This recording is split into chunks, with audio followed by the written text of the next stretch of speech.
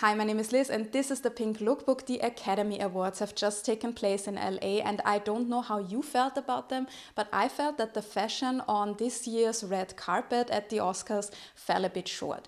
Where were the glamorous moments? Where was the interesting fashion? I didn't really see too much of it.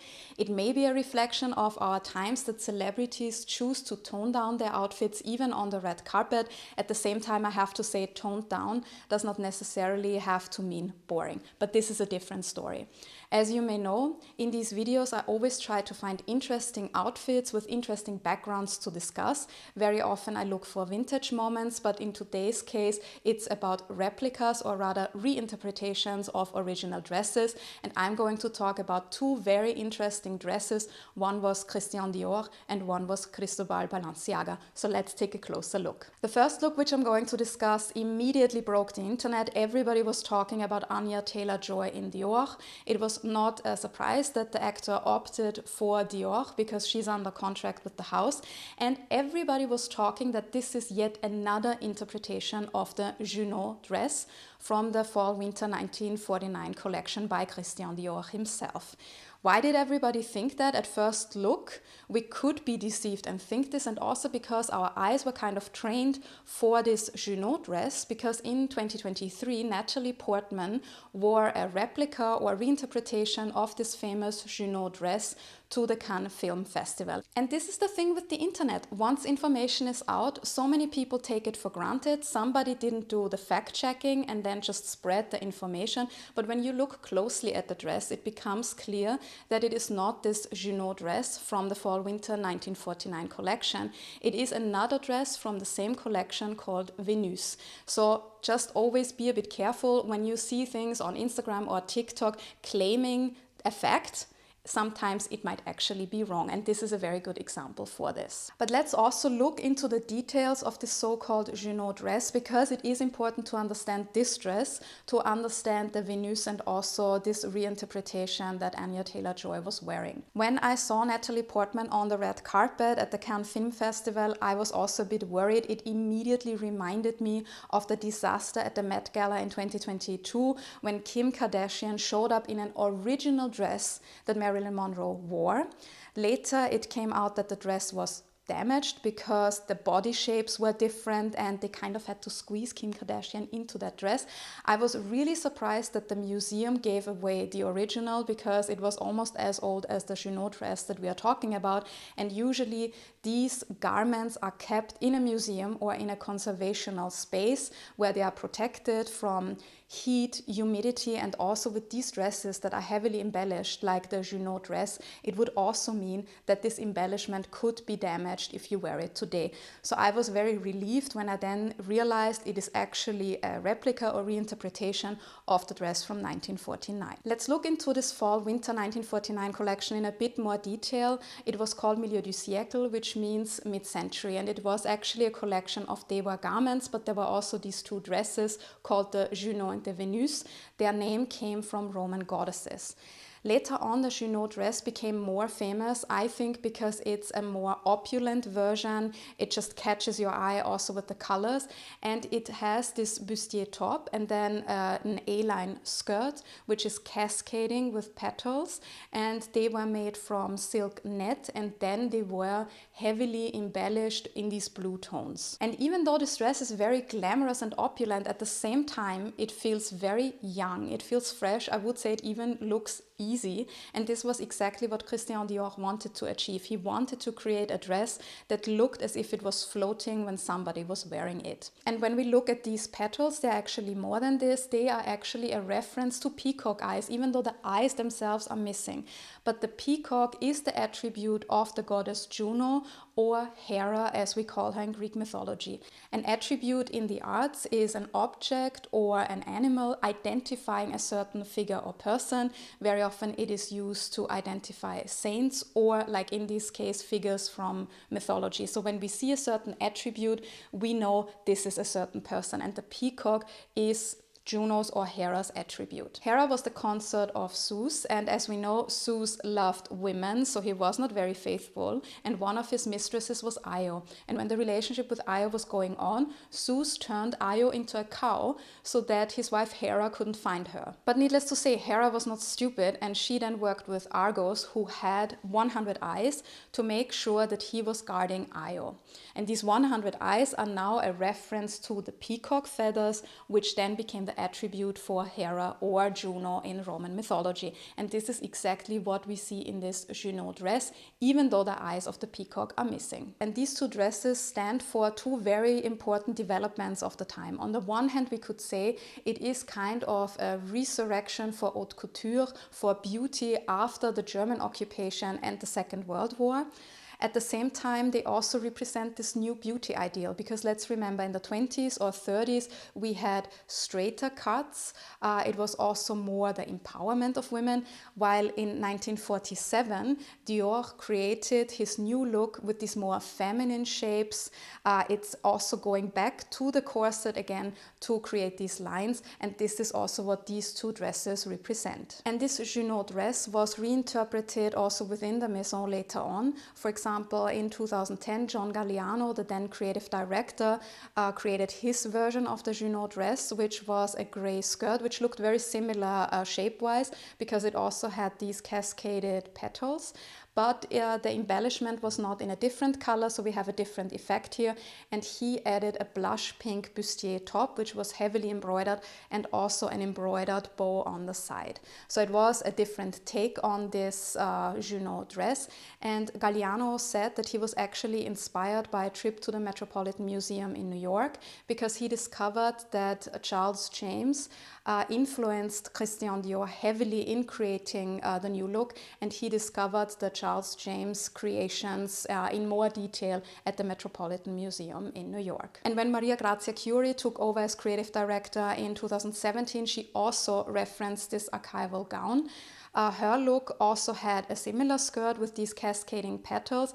The difference was the color scheme, pastel colors, and the difference was also the top, because we have this kind of like tulle collar on top, which creates a different look than the original 1949 gown. And in the same collection, I actually discovered a similar look, or similar, let's say it's a toned down version. It was look number 33. It was quite an easy lace dress at first sight, but then I saw it is referencing the petals again. I don't know if I'm taking it too far, but this could also be a hint to this Junon dress. And when we look at the details of Natalie Portman's reinterpretation of the dress, we see that the embellishment was less, and also the top part was different. And I felt that there was more separation between the top part and the skirt. When we look at the original, I think it flows a bit more between the top and the skirt part. And it is a bit difficult to say that, because there are only pictures and videos of Natalie Portman today, but there are no videos to compare the original gown with her reinterpretation. But I would assume that the original floated a bit more than Natalie Portman's gown. It felt a bit heavier, I would say, but maybe I'm taking it too far here. And when I did the research for this video, an interesting detail came up. Natalie Portman was actually not the first one to wear a reinterpretation of this famous Junon dress on the red carpet. Maybe you remember the Academy Awards in 2009. Miley Cyrus wore a reinterpretation of this Junon dress, and what is interesting, it was not by Dior, it was by Lebanese designer Souhair Mourad. And when we look at this dress, we see the references to the original, we see these petals, but he added a different top, he added a broader belt and seashells in the front. I have to say, I could have done without those seashells, but the reason for them is that the dress was part of his 2009 couture collection. This had an ocean theme, and this is the reason why the shells are part of this belt. Maybe he also saw the petals differently, maybe he saw them as seashells, but this is just an assumption here. I don't know if this is actually true. And while the Junon dress is the more famous one of the two sister dresses, I would say that the Vénus is no less beautiful. We have the same petals, but they are in the back. In the front, it's this silk net. And I have the feeling that it is a bit more mature than the Junon dress. And I find this interesting because Venus, the Roman goddess for fertility or desire, or Aphrodite in Greek mythology, I would say she is the younger one and Juno is the more mature one, but this is a minor detail. I would have maybe switched the names, but I'm sure Christian Dior had a reason for creating these dresses with exactly these names. When I started to analyze the dress, at first I thought that the petals again reference the peacock, which would not be unusual because in Greek mythology the peacock very often stood for aristocracy and nobility, and this would also be the case for Venus or Aphrodite. But then I found the description of the Met's Costume Institute, and they say that the front part, the net, represents the spume, and the petals represent shell-shaped scallops. So this makes sense because when we think of paintings of Venus or Aphrodite, very often we have the shells and also the pearls as an attribute for Venus or Aphrodite. And for the untrained eye, or if you quickly look on Instagram, it was easy to mistake the dress for a reinterpretation of the Junon, because we saw the skirt and it was a full cascaded petal skirt, which would be the Junon. But when you then zoom in, you can see that the embellishment had a detail which is also taken from the Vénus. It's these small feathers that are long. So this was the hint that it is actually the Vénus, and also Dior released a statement, a picture on Instagram with Anya Taylor Joy, but they described the dress and said it was a reinterpretation of the Vénus. I have to say I liked this dress. When I saw it, I said it was one of the few fashion highlights. It was glamorous, it was Oscar worthy, it was elegant, even though it is not a direct reference of the original dress, but maybe this is what the Maison Dior wanted to achieve. Maybe they didn't want to be too literal. What I didn't like too much was how the top part and the skirt part were put together, because in the original we have this band separating the top and the skirt. Here this was missing, so it looked a bit as if the petals grow out of this top part. I didn't like that too much. At the same time, I would like to say maybe we have seen enough of the Junon or Vénus now. Maybe it's time for a new interpretation of other archival pieces. Christian Dior gave us so much, so I think this would be quite exciting. Let's now move on to the second example, and now you will scream and shout because I have to discuss Balenciaga. Unfortunately, the brand recently has been more associated with their relationship with Kim Kardashian, also this tape dress or whatever it was, or trash bags for $2,000, or also questionable marketing campaigns where the brand did not want to take over responsibility. At the same time, I do have to say I have to give credit where it's due, and Carey Mulligan's creation by Balenciaga for the Oscars was a very beautiful reinterpretation of an archival Cristóbal Balenciaga garment, and I have to say I am actually happy to see this, that maybe creative director Demna also goes back to this heritage and shows that also the contemporary Balenciaga can create something elegant, tasteful and beautiful. And I really liked the story that Carey Mulligan together with her stylist Andrew Newcomer tried to tell here, because there are so many details that hint at certain details of the backstory of the choice of this dress. Carey Mulligan was nominated for the Academy Award for her role as Felicia Montealegre, who was the wife of composer Leonard Bernstein. And Maestro was the movie about Leonard Bernstein, and his wife was very famous for her fashion sense. Very often she wore fashionable designer outfits to his concerts, and some people actually say that she tried to draw attention to classical music by using fashion. And the costume designer for the movie, Mark Bridges, also recreated some of her Chanel jackets and also the blue dress that she wore at the mass concert by her husband. Also, the date of the dress is quite interesting because it's from 1951, and this is actually the year when Montealegre and Bernstein got married. As you may know, Carey Mulligan has a passion for vintage or also replicas or reinterpretations of archival pieces.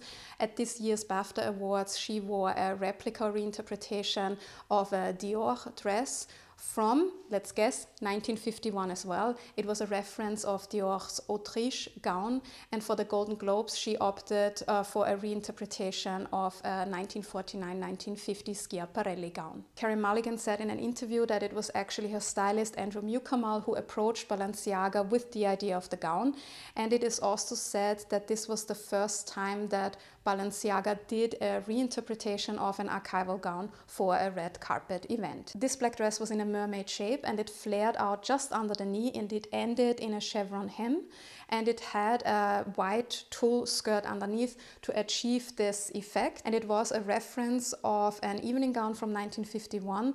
One of the original dresses today is at the Costume Institute of the Metropolitan Museum in New York, and it looks a bit different because it's a bit shorter and also it has tiered taffeta in blush pink to achieve this effect, and also a detail in the front.